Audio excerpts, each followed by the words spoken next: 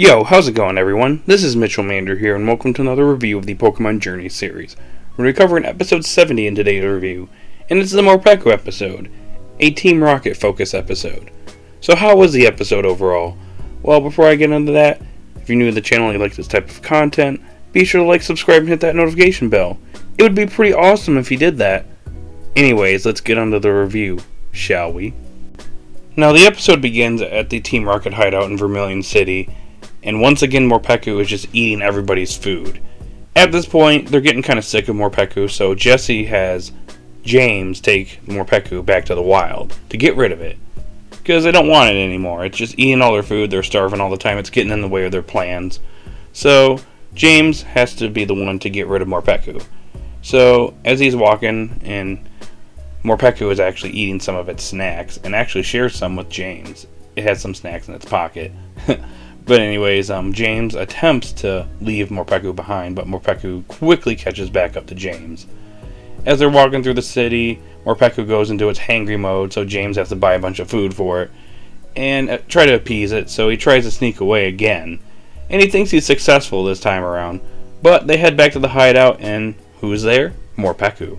And Morpeko is very angry, attacks them, eats all their snacks, and blasts them off. So Team Rocket are walking through town, probably the next day after this happened. They're depressed, they're hungry because Morpeko just eats everything. So they're constantly starving, they just don't know what to do with this Pokemon. It just keeps following them, and they just can't seem to get rid of the little guy. Well, that's when they notice Ash and Go in an alley, and Go is catching Eradicate, because this is Go, he's got to catch all the Pokemon, and he caught it Pokemon Go style. Why not? But that's when they hatch a new plan to get rid of Morpeko. They're going to have Go catch Morpeko.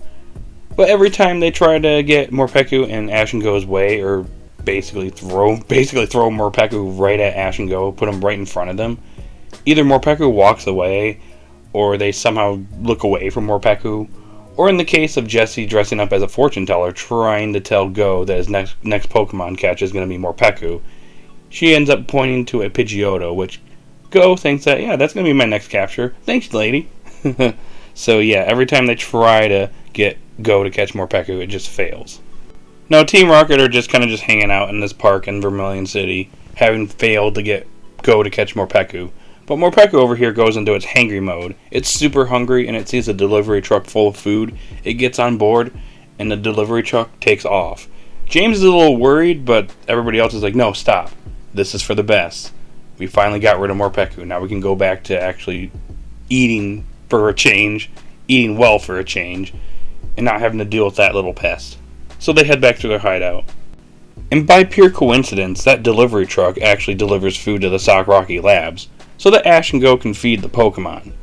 And that's when they discover Morpeko is on board, and it starts to eat a bunch of the food. And Go's Greedient actually is a super hungry Pokemon, as we saw in that eating contest episode. And it also starts devouring all the food along with Morpeko, basically competing with it. And it's basically stealing everybody's food, and I'm surprised that they still have food after all of this. But anyways, Go attempts to capture Morpeko, but he fails. But Morpeko basically just hangs out at the lab. And we get some cameo appearances from Cinderace. Well, I guess not so much a cameo, since it does participate in the battle later in the episode. But Lucario and Drizzle show up in this episode, which, I gotta say, these Pokemon really need some more screen time in the near future, because it's kind of sad how they've basically disappeared into the background. So hopefully Lucario and Drizzle actually get some focus in the near future. Meanwhile, back at the Team Rocket hideout, James is actually showing some concern for Morpeko, wondering if the little guy is lost and hungry or is doing okay. But Jesse wants James to forget about that, because they gotta get back to work. So they decide to hatch a plan to steal a bunch of Pokemon the next day. So the next day comes, and Go decides today's the day he's gonna catch a Pidgeotto. So Ash and Go head out, and Morpeko follows them from behind. And as they're walking through town, they hear some screams coming from a big building. They rush in, and they find Team Rocket stealing a bunch of Pokemon, and they steal quite a few Pokemon. They got a lot, actually. Anyways, they recite their motto. They call their wonderful gotcha machine that we all totally love. They bring out a Natu and a Zigzagoon to battle against Pikachu and Cinderace, respectively. And the battle seems to be going kind of decently. And Morpeko over here actually sees some of Team Rocket's snacks and goes over to eat them. And Pikachu actually ends up hitting Zigzagoon and knocking it into Morpeko, which sends Morpeko into a rage, and it learns Stomping Tantrum basically on the spot, and seemingly takes out Pikachu and Cinderace with this move like immediately, which is kind of crazy. This little guy is pretty powerful. And it loses its cool and ends up blasting Team Rocket off. Shortly after Team Rocket had been blasted off, Go catches his Pidgeotto. Woohoo! But more importantly, Morpeko has eaten all its snacks, so it's calmed down. But it's wondering where Team Rocket's at, so it actually goes after Team Rocket to find where they're at. And Team Rocket, after having been blasted off, they really want nothing to do with Morpeko, it seems. So Morpeko is seemingly caught back up to him and is trying to find them, but Jessie and Meowth want to let it just pass on and just go into the wild. But James over here, seeing that the little guy actually went out of its way to find them, it shows that the little guy has become attached to them. So James decides to catch the little guy. Jessie and Meowth are a little annoyed at this, but James is actually quite content with this, and that's when he brings Morpeko out, who immediately attacks them and blasts them off for a third time this episode. So some tough love from Morpeko as this episode comes to an end. Now overall, I was actually quite surprised with this episode, because going into it, my expectations were pretty low. The episode title and the summary, it didn't really win me over, and I was kind of not really looking forward to this one. But I'm actually quite surprised. This was actually a great episode in my opinion, and the best Team Rocket focus episode in Journey so far. Like, in my opinion, Team Rocket have been quite disappointing in Journeys. The Gotcha Machine is one of the worst aspects of the series, and overall Team Rocket are a huge step down from what they were in Sun and Moon, which was their best portrayal by far. And obviously it's going to be hard to basically replicate how well it was done in that series with Journeys, with how Journeys is structured. But this episode shows to me that Team Rocket can still have great moments in the series, and I really like what they did with them in this episode. On one hand, you have Jessie and Meowth that want nothing to do with Morpeko, but we have James that's shown bonding with Morpeko in this episode. He slowly gets attached to the little guy, and he realizes that, despite the fact that this little guy is a bit of a nuisance, he actually has grown to like the little guy, and he worries for him throughout the episode. So I like that a lot.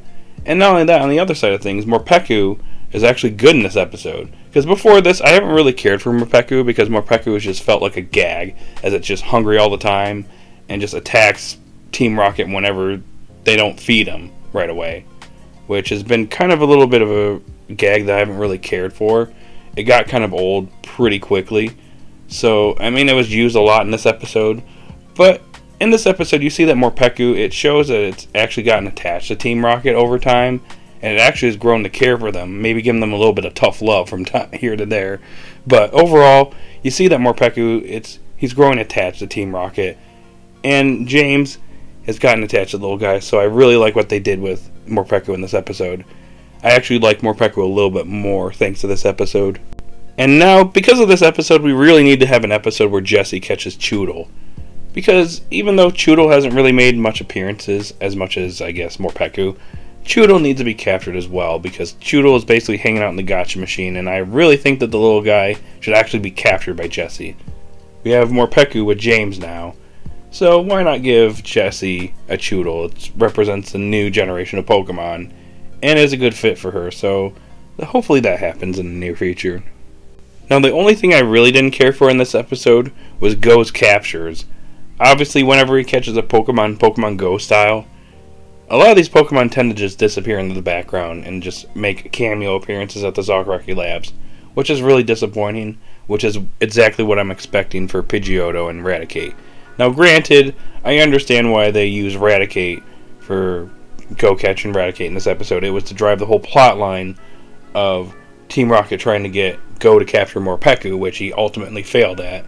And I get that, but again, as a result of this plotline, these Pokemon are just going to be wasted in my opinion. It'd be cool if they do make appearances, I guess more frequent appearances, but let's be honest, it's probably not going to happen. So that's all I got for this episode review. So besides my minor gripe with this episode, I thought this was a solid episode overall. I'm going to give it an 8 out of 10. So guys, in the comment section down below, what do you think of this episode? Did you love it? Did you hate it? Post your thoughts in the comment section down below. If you're new to the channel, be sure to like, subscribe, and hit that notification bell. And I'll see you guys later.